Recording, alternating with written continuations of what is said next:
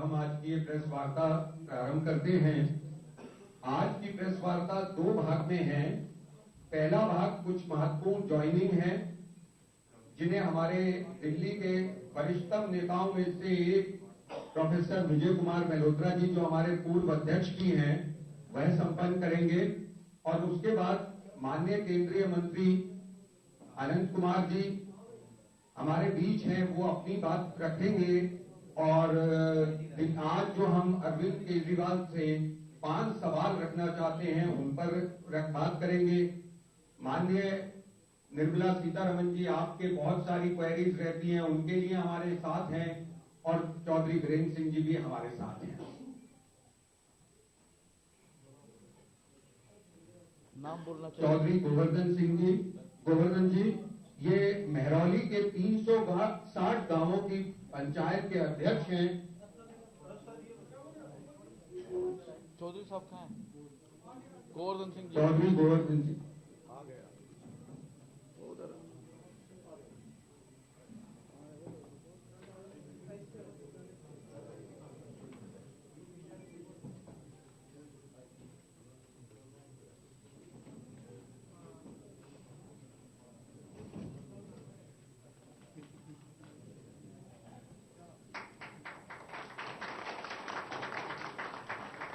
श्रीमती नविता डवास, ये पूर्व निगम पार्षद हैं। श्री प्रवीण डवास, ये माजरा डवास के बहुत सक्रिय सामाजिक और राजनीतिक कार्यकर्ता हैं। श्री सुनील दत्त जी, ये दिल्ली प्रदेश कांग्रेस कमेटी की अनऑथराइज्ड अनरेगुलराइज्ड कॉलोनी सेल के महामंत्री रहे हैं। श्री छाप सिंह जी, ये जाट महासंघ की दिल्ली इकाई की युवा शाखा के अध्यक्ष हैं। अमित माथुर, ये जैन नगर कराला की आरडब्ल्यूए के उपाध्यक्ष हैं। मुकेश अहलावत, ये पिछड़े वर्ग के बहुत सक्रिय नेता हैं, बहुजन समाज पार्टी के सक्रिय सदस्य रहे हैं। 2008 और 2013 में विधानसभा का चुनाव बहुजन समाज पार्टी से इन्होंने लड़ा। और चौधरी धर्मपाल जी, जो पटेल नगर क्षेत्र के बहुत सक्रिय कांग्रेसी नेता रहे हैं, ये इस चुनाव में कृष्णा तीरथ जी को अपना सहयोग देने के लिए भाजपा में सम्मिलित हुए हैं।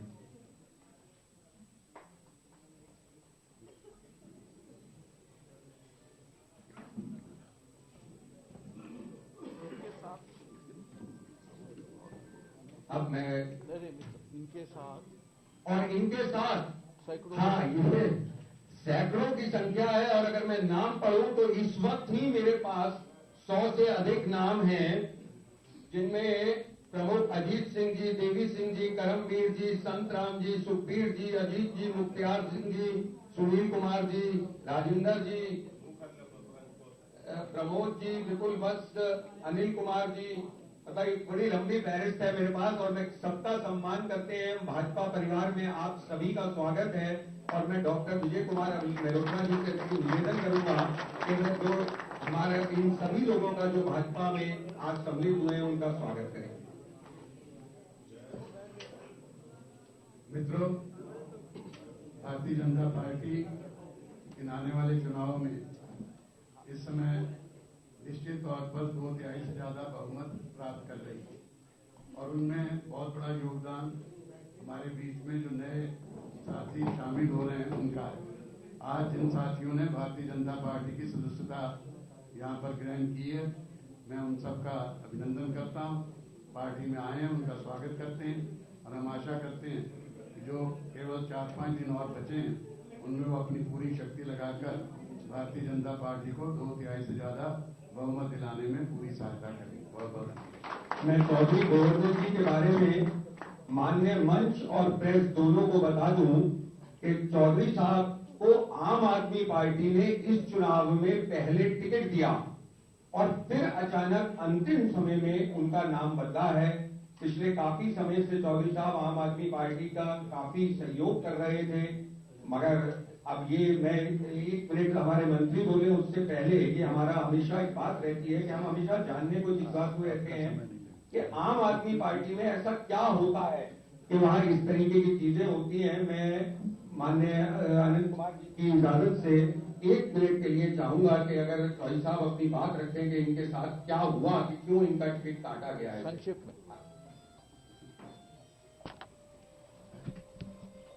अरविंद केजरीवाल, संजय सिंह और नवीन जैन जो मेरे पास मेरे घर पे आए थे टिकट देने के लिए, मैं उनके पास टिकट मांगने नहीं गया था। जबरदस्ती मेरे को बहुत बढ़िया पार्टी है, थोड़ा बढ़िया आदमी हो, सामाजिक आदमी हो, मेरे को टिकट उन्होंने दी। फिर उन्होंने लास्ट में जो है कर्नल देवेंद्र सहरावत और नरेश यादव जो उम्मीदवार बनाया मेरी जगह घरेलू विधानसभा से, वे आए और उनके घर उनकी क्या बातचीत हुई। और अरविंद कहते हैं मैं 3 मुद्दों पर टिकट काटता हूँ। मैं पहले तो बोला था इंडिया न्यूज को, आप पता होगा मुझे भ्रष्ट हूं मैं, या मेरे को केस है, मीडिया में पेश करे, उस पर पेश क्यों नहीं कर रहे। मैं कब से कह रहा हूँ मीडिया में मेरे खिलाफ आप सबूत बताओगे। अब टिकट किस वजह से काटू, ये तो सफाई दे ही नहीं रहे ना, टिकट मैंने किस वजह से काटी। और मैं फिर मीडिया के थ्रू कह रहा हूँ, अरविंद से पूछो ना, वो आपसे मांग रहे हैं जवाब। अब आपने बोलकर घरेलू से टिकट काटू, 3 कार्ड बोलते हो, 3 कार्ड बताओ आप, वो बता नहीं रहे। मीडिया में पेश करो ना, और उनका वेबसाइट पर डालो, मीडिया को दिखाओ ये कभी इसलिए ये ऐसा नहीं, उस पर बहुत कुछ दे नहीं रहे मीडिया में।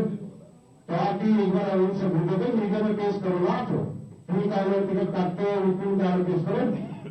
धन्यवाद। मैं माननीय अनिल कुमार जी से अनुरोध करूंगा कि प्रेस वार्ता को औपचारिक रूप से प्रारंभ करें। मित्रों, कल से हम अरविंद केजरीवाल को, परसों से अरविंद केजरीवाल को हम 5 प्रश्न पूछ रहे हैं। आज के 5 प्रश्नों का पहले हम पावर पॉइंट प्रेजेंटेशन दिखाएंगे आपको, क्योंकि इस बार सबके सुविधा के लिए हमने एक पावर पॉइंट प्रेजेंटेशन बनाया। ये प्रश्न ये केवल भारतीय जनता पार्टी का प्रश्न नहीं रहा। जब से हम प्रश्न पूछना शुरू किया, आज के दिन में हर गली में, हर मोहल्ले में लोग आम आदमी पार्टी वालों को ये प्रश्न पूछ रहे हैं, और इस प्रश्नों का कोई जवाब अरविंद केजरीवाल के पास नहीं है। और जो तथ्यों के ऊपर आधारित प्रश्न हम पूछ रहे हैं, आप भी जानते हो और वो भी जानते हैं, उन सवालों का, उन प्रश्नों का जवाब सच्चाई के ऊपर और तथ्यों के ऊपर आधारित होना पड़ता है। लेकिन ऐसे उनके पास कुछ नहीं है, इसलिए पिछले 2 दिन से वो खामोश है। उन्होंने कोई जवाब देने की कोशिश नहीं किया है। ये आगे का 5 प्रश्न अभी आपके सामने है। Please questions on PPT.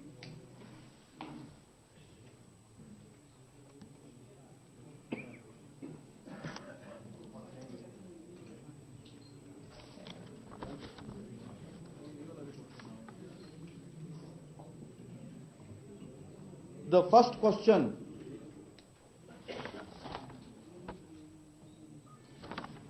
first question relates to the rise of the power tariff by 7%. Arvind Kejriwal claimed that power tariff will be reduced, but he allowed all the companies that supply power in Delhi to raise the power tariff. And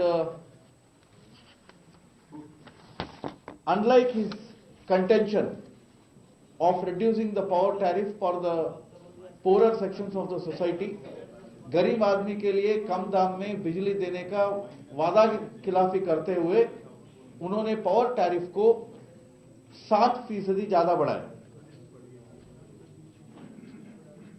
और हम चाहते हैं इसका जवाब वो पूरा दिल्ली के जनता को दे, क्योंकि हर बस स्टॉप में उन्होंने उनके जमाने में, यानी उनके 49 दिन के कार्यकाल में बिजली का दाम कैसे घटाया, पानी का दाम कैसे घटाया और बाकी चीजों का दाम कैसे घटाया, ऐसे एक झूठा एडवर्टाइजमेंट विज्ञापन दिया है।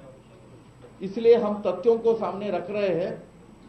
कोई दाम घटा नहीं, बिजली का दाम घटा नहीं, 5% ज्यादा हो गया। और दूसरा सवाल हमारा यह है, अरविंद केजरीवाल ने बिजली सप्लाई करने वाली कंपनियों को उन्होंने गलत साबित किया, लेकिन उनके लिए जो सब्सिडी देना था वो सब्सिडी सीधा उन लोगों को उन्होंने दिया, उन कंपनियों को दिया। यानी हम चाह रहे थे ये सब्सिडी वो आम आदमी को दे, वो ग्राहक को दे, हितग्राही को दे, लेकिन हितग्राही को, ग्राहक को, आम आदमी को उन्होंने 1 पैसा का भी सब्सिडी नहीं दिया। जिसको वो एक्सप्लॉयटर मानते थे, शोषक मानते थे, ऐसे पावर कंपनियों को उन्होंने ये सब्सिडी ट्रांसफर कर दिया। वो ऐसे क्यों किया, आम आदमी के साथ धोखाधड़ी क्या किया, इसका जवाब हम मांगते हैं।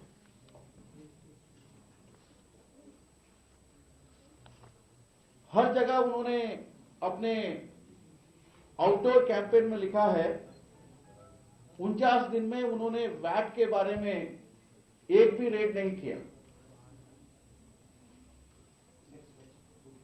लेकिन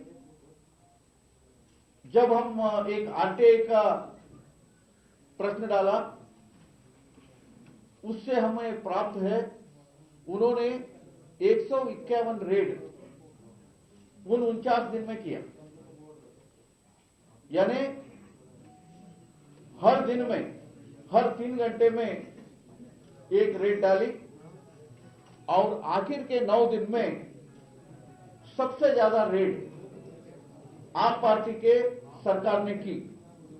यानी वो जो विज्ञापन में हर जगह कह रहा है, यानी एक भी रेड नहीं डाला, और जो हकीकत है हर 3 घंटे में रेड डाला। इसके लिए उनका जवाब क्या है? मित्रों, अरविंद केजरीवाल क्लेम करते हैं, यानी उन्होंने वैट से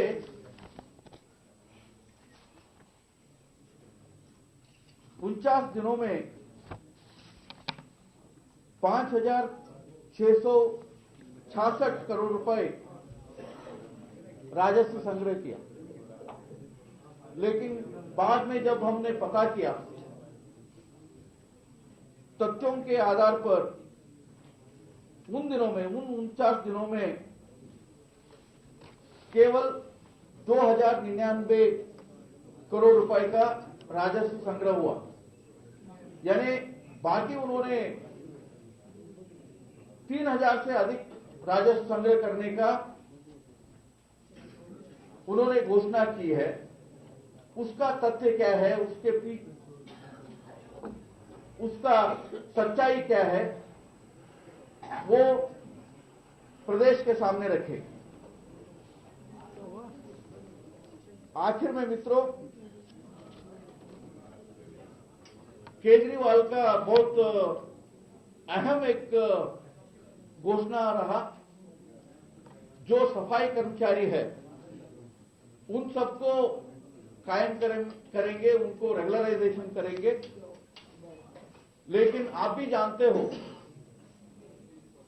प्रदेश सरकार में हो या केंद्र सरकार में हो, यदि कोई कॉन्ट्रैक्चुअल लेबर को रेगुलराइज करना होता है तो उसके लिए प्रक्रिया शुरू करना पड़ती है। उस विषय को एक कैबिनेट नोट बना करके कैबिनेट के सामने ला करके उसको पारित करके बाद में एक गवर्नमेंट ऑर्डर निकाल करके और हर एक ऐसे सफाई कर्मचारी को उनको हमने रेगुलराइज किया, परमानेंट किया, ऐसे एक उनको ऑर्डर देना पड़ता है। लेकिन अरविंद केजरीवाल का खूबी ये है, वो सफाई कर्मचारियों के साथ इतना बड़ा धोखा किया है, ये सारी प्रक्रिया अपनाना छोड़िए, इसके बारे में एक ड्राफ्ट भी उन्होंने नहीं बनाया, कुछ प्रपोजल इनिशिएट भी नहीं किया। यानी वो 49 दिनों में केजरीवाल सरकार ने इसके बारे में कोई सोच रखी थी, उसके बारे में कोई कार्रवाई की, इसका मिनट्स भी नहीं है। यानी इतना बड़ा धोखा आम आदमी को, गरीब आदमी को, सफाई कर्मचारियों को, जिन सफाई कर्मचारियों का झाड़ू को उन्होंने सिंबल बना करके घूम रहा है, उनके साथ अरविंद केजरीवाल ने किया है। ये उन्होंने क्यों किया, इसके बारे में उनका जवाब क्या है? ये 5 सवाल अरविंद केजरीवाल के सामने हम रखते हैं। हमें लगता है अरविंद केजरीवाल और उनका पूरा सोच को और उनका पूरा एजेंडा को यदि एक ही शब्द में हम वर्णन कर सकते हैं, वो गोलमाल है। अरविंद केजरीवाल यानी गोलमाल है, इतना ही कह सकते हैं। मैं निवेदन करूंगा हमारे निर्मला सीतारमण जी बाकी विषयों के बारे में आपसे बात करें। मैं भी जानता हूं इस प्रश्नों के बारे में आपका कोई प्रश्न नहीं होगा।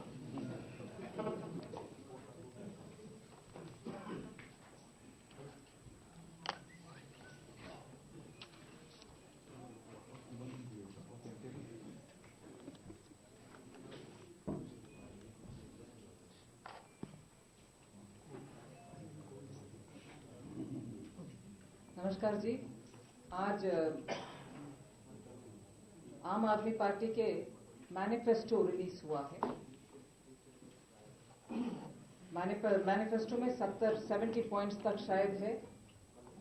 उनका शायद ये मकसद है कि 70 असेंबली विधानसभा क्षेत्र है, इसलिए 70 पॉइंट्स बोलें और जनता को इससे एक संदेश दें। पता नहीं 70 पॉइंट्स है, मगर मैं आपके सामने भारतीय जनता पार्टी की ओर से पूरे 70 के ऊपर जवाब नहीं दे रही हूं, मगर आज रिलीज हुआ है, इसीलिए जितने भी विषय में हमारे पक्ष में से आपके सामने इन मैनिफेस्टो में जो बोला गया है वो या तो पहले से ही है या तो 49 डेज में करने लायक विषय थे मगर वो किया नहीं है और भागा बिना गवर्नेंस। ऐसे एक प्रमुख 10-15 विषय आपके सामने रखना चाहती हूँ, क्योंकि मैनिफेस्टो तो एक बहुत सीक्रेट डॉक्यूमेंट होती है। कई बार विजन डॉक्यूमेंट रिलीज करने वाले पार्टी के ऊपर ये भी बोला जाता है कि क्यों मैनिफेस्टो नहीं है, क्यों विजन डॉक्यूमेंट ले आ रही हो। जब मैनिफेस्टो 1 का 49 डेज में इंप्लीमेंटेशन नहीं हुआ और उसको छोड़कर भागे, दूसरा मैनिफेस्टो ले आने के लिए कितना क्षमता, आत्मविश्वास होना चाहिए, ये सब मन में रखते हुए उनके आत्मविश्वास कितना गहरा है, ये इस परिप्रेक्ष्य में आपको एक आध पॉइंट्स आपके सामने रखना चाहिए। मैनिफेस्टो में विमेन सिक्योरिटी के ऊपर, महिला सुरक्षा के ऊपर बहुत सारे विषय बोला गया है। सीसीटीवी कैमरा रखेंगे, रास्ते पर पुलिस रहेंगे और चौकी पर विमेन सिक्योरिटी के लिए फोर्स रहेगा। ये सब उनके पहले 2013 मैनिफेस्टो में भी बोला गया है, मगर उसके बाद उसको इम्प्लीमेंटेशन नहीं हुआ, वो एक बात है।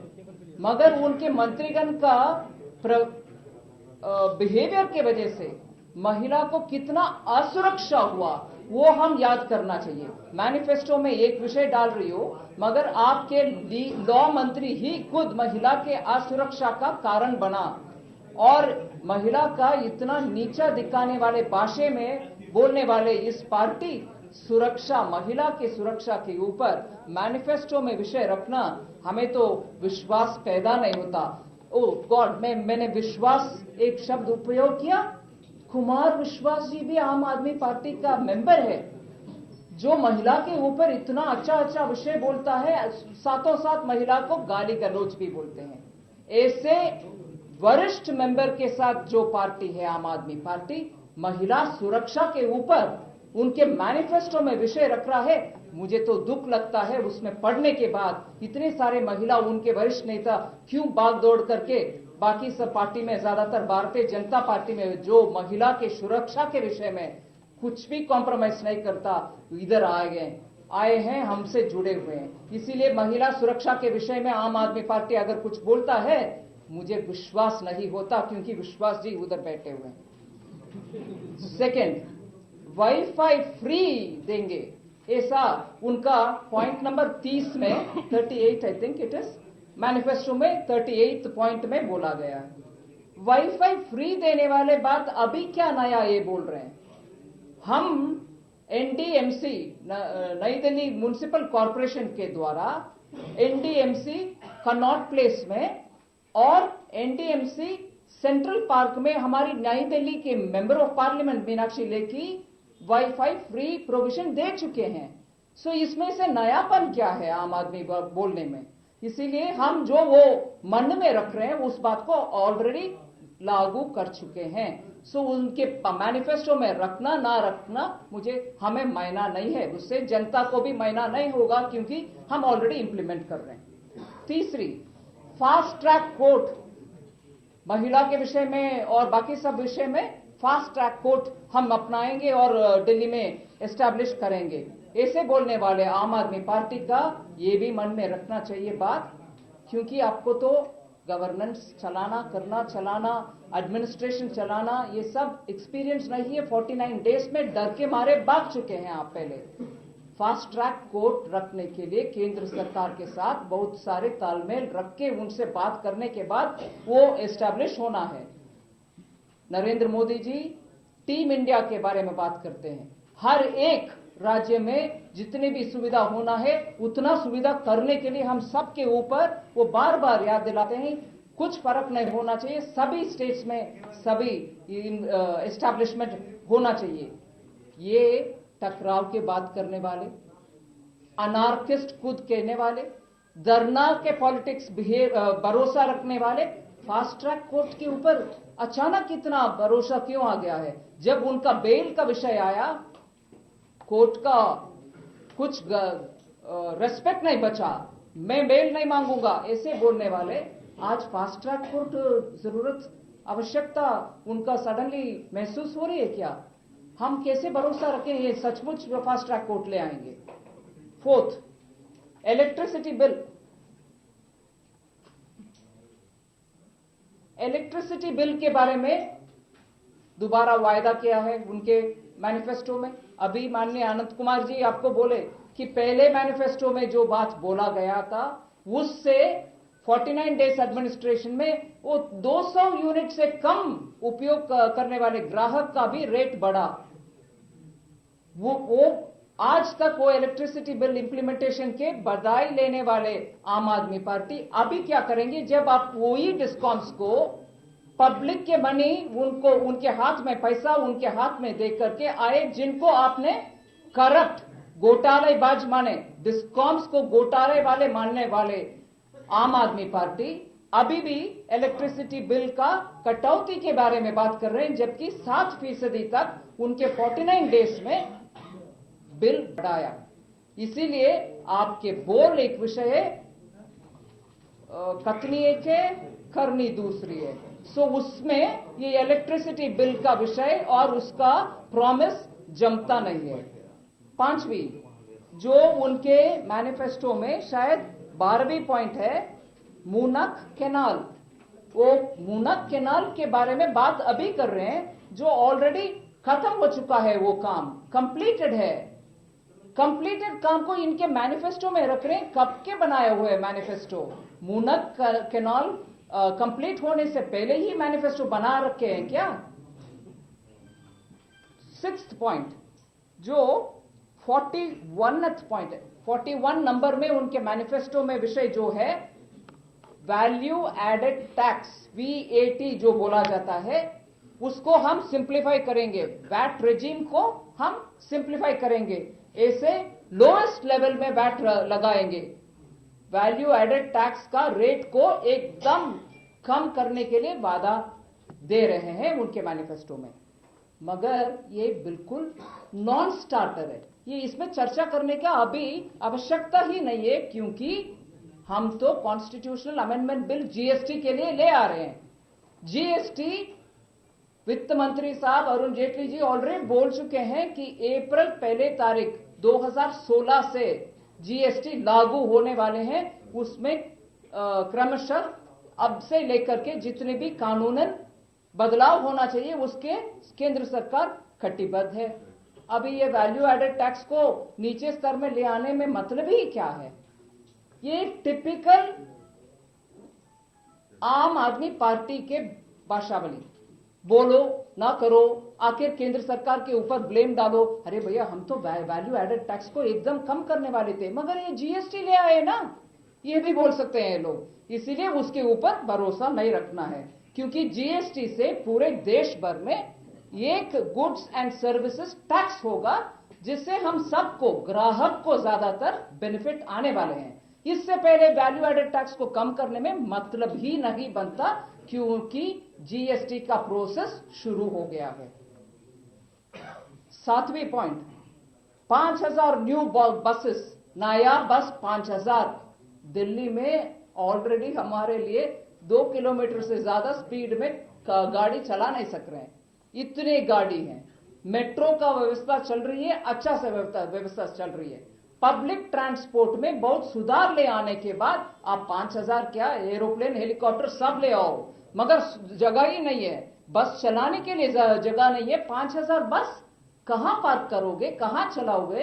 ये क्या आइडियाज ले आना एक चीज है, मगर उसके लिए लागू करने के लिए ब्लूप्रिंट भी ले आना साथ में। इधर उधर आइडियाज किसी ने बोल दिया, आपने आपके मैनिफेस्टो में डाल दिया, ऐसे लग रहा है। मगर एक सोच विचार करके, गवर्नेंस में सचमुच एक्सपीरियंस जिस पार्टी का है, उसके ब्लूप्रिंट के तहत एक मैनिफेस्टो आता है, उसका जैसा नहीं है। 8वीं point, PDS system, public distribution system और कंट्रोलिंग प्राइसेस, एसेंशियल गुड्स को, जो फूड आइटम्स होते हैं उन सब का महंगाई कम रखना, और पब्लिक डिस्ट्रीब्यूशन सिस्टम को जिसके द्वारा रेशन मिलती है उसको सुधार करने के लिए बात कर रहे हैं। इतना ही बोला जाता है उसमें मैनिफेस्टो में, मगर कौन सा मेथड में करोगे? हमारे छत्तीसगढ़ के मॉडल देख लीजिए, सुप्रीम कोर्ट में भी और हर जगह उसका शान और उसके ऊपर अच्छा सा क्रेडिट के बात करते हैं, अच्छा इफेक्टिव सिस्टम है, उसको बहुत सारे राज्यों में कॉपी भी कर रहे हैं। मगर ये सब विवरण ना देते हुए हम पीडीएस सिस्टम अच्छा करेंगे, कैसे करोगे भैया? वो तो स्पष्ट करो, वो भी कुछ नहीं है, बोल दिया। 9वीं पॉइंट, 67 और 47 में उनके मैनिफेस्टो में बोला गया है, सफाई कर्मचारी, कॉन्ट्रैक्चुअल लेबरर, इन सब का हम रेगुलराइज करें, उनको वेजेस अच्छा देंगे। 49 डेज में ये सब पॉइंट उनके पहले मैनिफेस्टो में भी थी। कॉन्ट्रैक्ट लेबर के ऊपर माननीय अनंत कुमार जी अभी 5 प्रश्नों में वो भी एक पॉइंट था, क्यों तब ने किया, अभी आने के बाद करोगे? क्या भरोसा रख सकते हैं हम इनके ऊपर? ये भी पुराना प्रॉमिस, पुराना ही विषय, मगर करने वाला नहीं है। 10वीं पॉइंट बहुत रोचक पॉइंट है, इंस्टीट्यूट स्लम्स, जहां जुगी वहां हम कर देंगे। अच्छा लग रहा है, क्योंकि आज मोदी जी के भाषण में भी मोदी जी का ऐलान, जहां जुगी वहां मकान, भाजपा के नारा, अच्छा सा बोले प्रधानमंत्री माननीय मोदी जी, इनके मैनिफेस्टो में डाल दिया इंस्टीट्यूट मकान, मगर उसमें पढ़िए धीरे से छोटे छोटे शब्दों में क्या क्या क्या क्या लिखा हुआ है, if that is not possible, हम देंगे, मगर if that is not possible, quotation में देख लीजिए उनके मैनिफेस्टो में, if that is not possible एक जोड़ा गया है, क्योंकि नहीं दिया तो आप बोल सकते हैं कि मैनिफेस्टो में भी हमने बोल दिया कि अगर वो नहीं हो पाएगा फिर देखेंगे कुछ और। अरे देने वाले तो सही बोलो कि देंगे, किसी भी सूरत में देना है, वो नहीं बोल रहे हैं देंगे। मगर if that is not possible, क्यों भैया, क्यों मैनिफेस्टो में क्यों लिखना है फिर? अगर आपका आधा अधूरे मन से झुग्गी झोंपड़ी का घर पक्का मकान बनाने वाले हो तो ना लिखो, वो भी क्या बोलते हैं, हॉलो प्रॉमिस, वो होने वाले नहीं है। फिर उनका सेकेंड पॉइंट है स्वराज एक्ट हम ले आएंगे। इसमें मैं धन्यवाद कहना चाहती हूं आनंद कुमार जी का, मैनिफेस्टो को देखने के तुरंत बाद बोले ये स्वराज एक्ट क्या है जी? माननीय अंबेडकर साहब जो कॉन्स्टिट्यूशन हमें दिया है उसमें नहीं है स्वराज, उसमें पंचायती राज और उसमें स्वराज, ग्राम स्वराज के ऊपर बातें नहीं है क्या? उसको टुकराते हुए इनके स्वराज एक्ट आएगा? हम भी, दलित समाज भी इसको सहेंगे नहीं। आप जेन्युइनली स्वराज एक्ट के बारे में बात कर रही हो तो पहले कॉन्स्टिट्यूशन में वरिष्ठ इतने सारे लोग led by under the leadership of Ambedkar ji जो भी बोले उसको पहले इंप्लीमेंट तो करो। उसमें नहीं है ध्यान, कॉन्स्टिट्यूशन को तोड़ मरोड़ करो, मगर मेरा अपना स्वराज एक्ट ले आऊंगा, जबकि इसके ऊपर भरोसा क्या रखें हम? जब आपको आज के कॉन्स्टिट्यूशन के ऊपर ही भरोसा नहीं है, सम्मान नहीं है, आप इसके ऊपर क्या करोगे? इसीलिए वो स्वराज एक्ट के ऊपर हमें तो भरोसा नहीं है, मगर वो उनके अपने सपनों को साकार करने के लिए कुछ करेंगे, कॉन्स्टिट्यूशन के खिलाफ हम तो लड़ेंगे ही, इसको मानेंगे नहीं।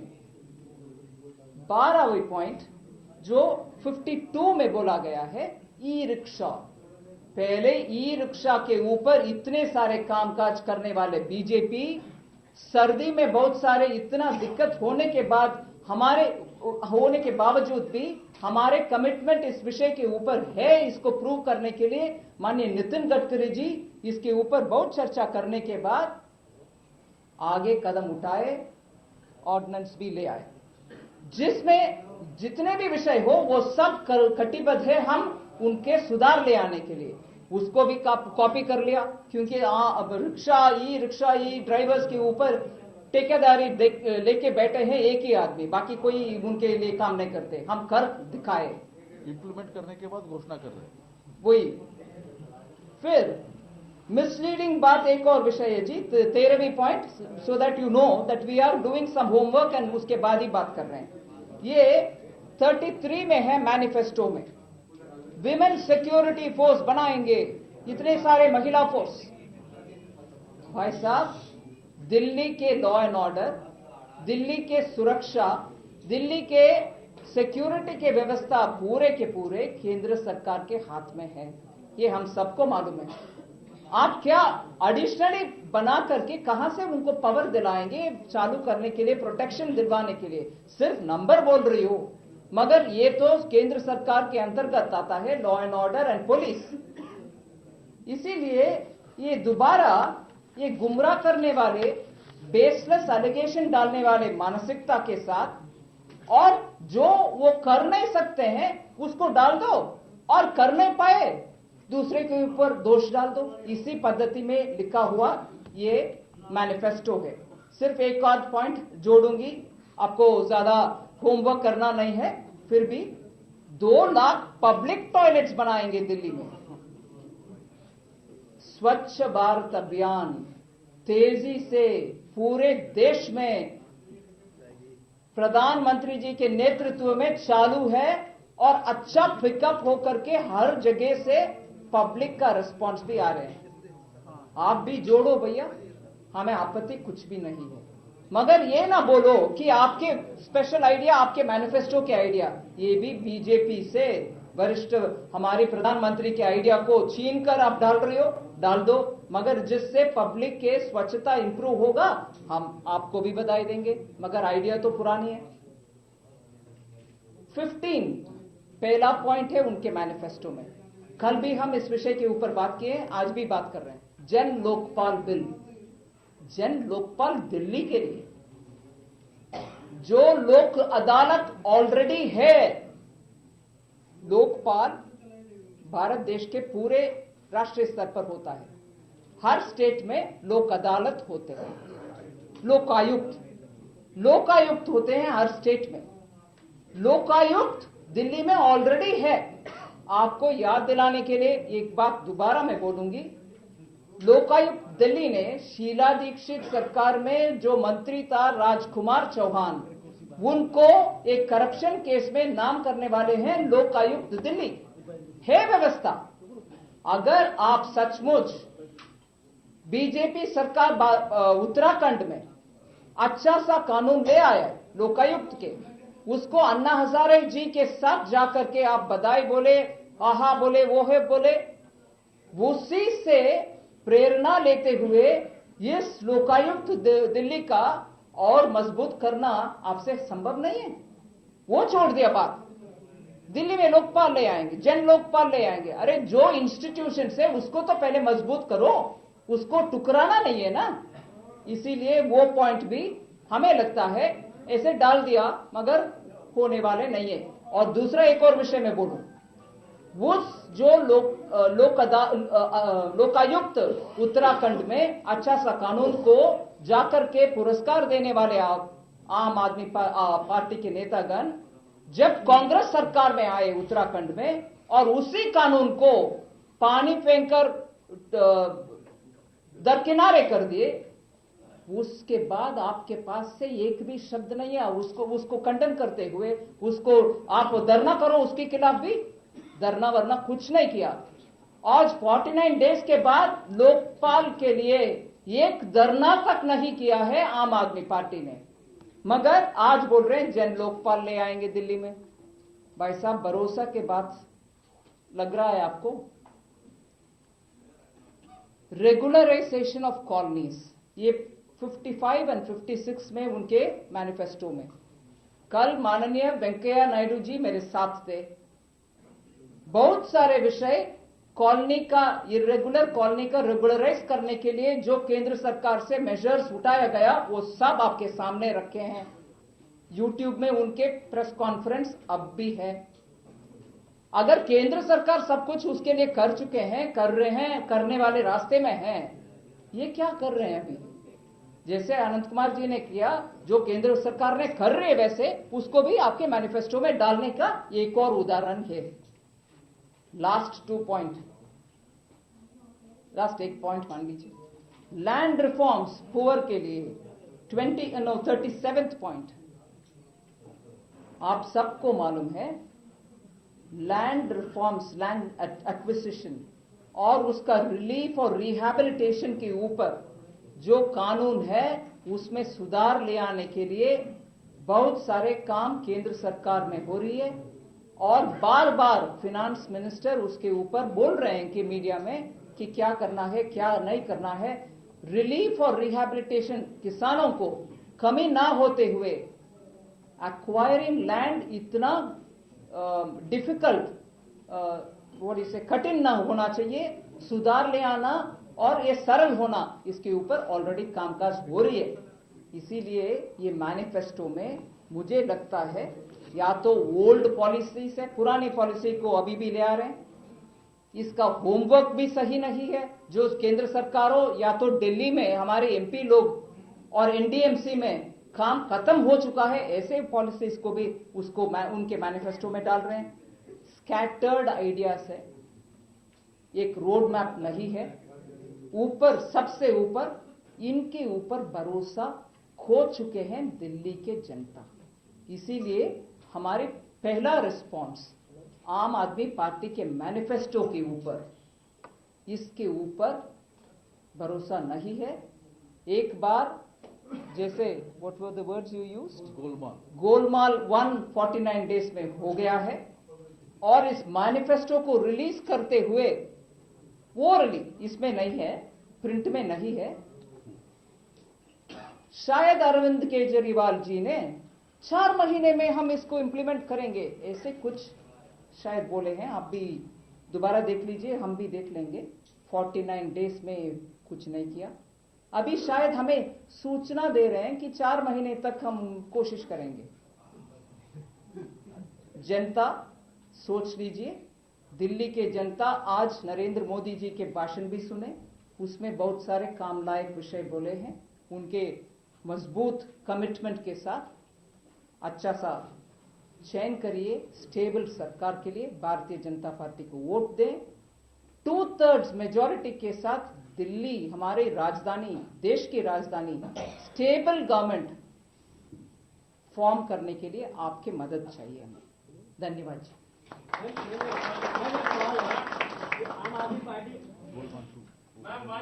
एक सवाल है कि आम आदमी पार्टी कहना है कि अरविंद केजरीवाल ने आप लोगों की नींद हराम कर दी है। जी जी, आम आदमी पार्टी का कहना है कि अरविंद केजरीवाल ने आप लोगों की नींद हराम कर दी है। नींद हराम कर दी? नींद नहीं आ रही आप लोगों को? हम आराम से हमारे अपने काम कर रहे हैं। इस मैनिफेस्टो से अगर नींद खराब कर दिए तो इसमें कुछ भी नहीं है, एक्चुअली एंटरटेनिंग है। आज कुमार विश्वास ने कहा है कि रामलीला ग्राउंड के अन्ना के आंदोलन से निकले अरविंद केजरीवाल ने सीएम की पोस्ट को लात मार दी, लेकिन किरण बेदी ने उसी आंदोलन को सीएम पोस्ट के लिए बेच दिया। मैंने पहले से एक बात बोलकर आ रही हूं कि उनके किरण बेदी जी के ऊपर ऑब्सेशन है ना, वो ही स्पष्ट दिखाता है उनके पास आइडियाज नहीं है गवर्न करने के लिए। उन्हीं के ऊपर एक महिला जिनके साथ वो एक आंदोलन चलाया, उन्हीं के ऊपर बार बार निशाना करते हुए एक पॉलिटिक्स चलाने के लिए कोशिश करने वाले राजनीतिक पार्टी को जनता टुकराएगी। Ma'am, what's your stand on full statehood to Delhi? एक मिनट में I'll come to that. I'm thankful. FIR has been filed against an Aam Aadmi Party candidate for sexual assault case, and also Harinagar में. So I just want to आपको याद दिलाना चाह रही हूँ, कल कोई चैनल ने मुन्ना भाई LLB करके एक उनके अपने श्रीनगर के कैंडिडेट के ऊपर चलाया, हमने तो चलाया नहीं। क्या वो सचमुच सही है? उसके ऊपर भी शायद जवाब देना है। 5 + एक्स्ट्रा 1 भी ऐड कर सकते हैं। हाँ जी। I want to know what is the BJP's official stand on statehood of Delhi, and will you support transfer of Delhi police under the state government of Delhi? See, statehood is a very, very serious issue. It has very many different layers of decision making. We at the central government, and earlier you might remind me, haven't you promised earlier? I'm quite conscious of that even as I'm answering this. We are seriously seized of this matter. So at this stage, we are not saying anything more on it. We are fully seized of this issue, which is an important issue, which is a very serious issue, and we'll respond once we know. What about Delhi police? इसी चीज को हिंदी में भी Isn't that mutually linked in a way? मैं इसी चीज को हिंदी में भी अरविंद हे केजरीवाल भगवान। आम आदमी पार्टी लगातार ये कह रही है कि बीजेपी अब इस मुद्दे को छोड़ चुकी है। कभी वो बात करती थी दिल्ली को पूर्ण राज्य का दर्जा दिलवाने के लिए, लेकिन अब बीजेपी खुद जो है इस मुद्दे से बच रही है। अगर आपका मतलब आम आदमी पार्टी, अगर आपका मकसद ये है कि दूसरे के ऊपर लगातार सुबह दोपहर शाम रात को बात करते रहोगे और आपके तरफ से जितने भी जवाब देना है उसको भूल जाओगे, बाकी सबको भी ऐसे मापदंड में मेजर करना नहीं है। लोकपाल के विषय वो भूल पाएंगे, भूल गए ऐसे नाटक कर पाएंगे, या तो जेन्युइनली भूल गए होंगे, मुझे मालूम है। मगर 49 डेज के बाद लोकपाल के विषय में एक बार भी बोला नहीं है। मगर आप हमसे विषय पूछ रहे हैं स्टेटहुड के बारे में, वही जवाब आपको मैं बोल रही हूं।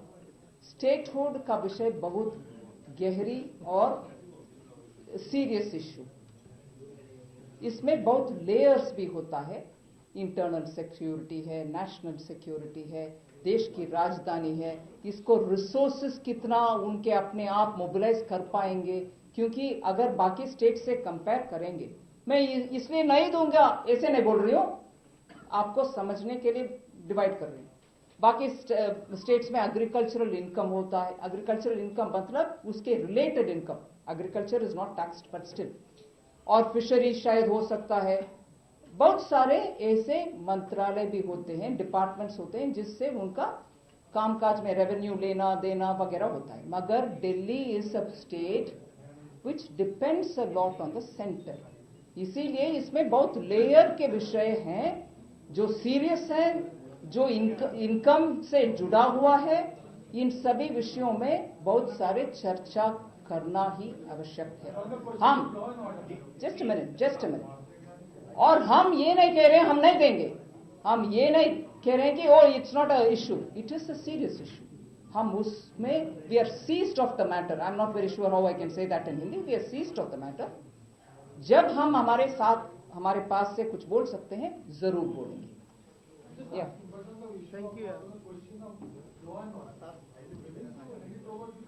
I've already answered that. Thank you. Okay. मैं सिर्फ लाइट हार्टेड एक लाइन बोलना चाह रही हूँ, लाइट हार्टेड। बोरोइंग फ्रॉम अनंत कुमार जी, वो 49 डेज का रूल गोलमाल 1 था, अभी आने वाला शायद गोलमाल 2 हो जाएगा, मगर संभाल के।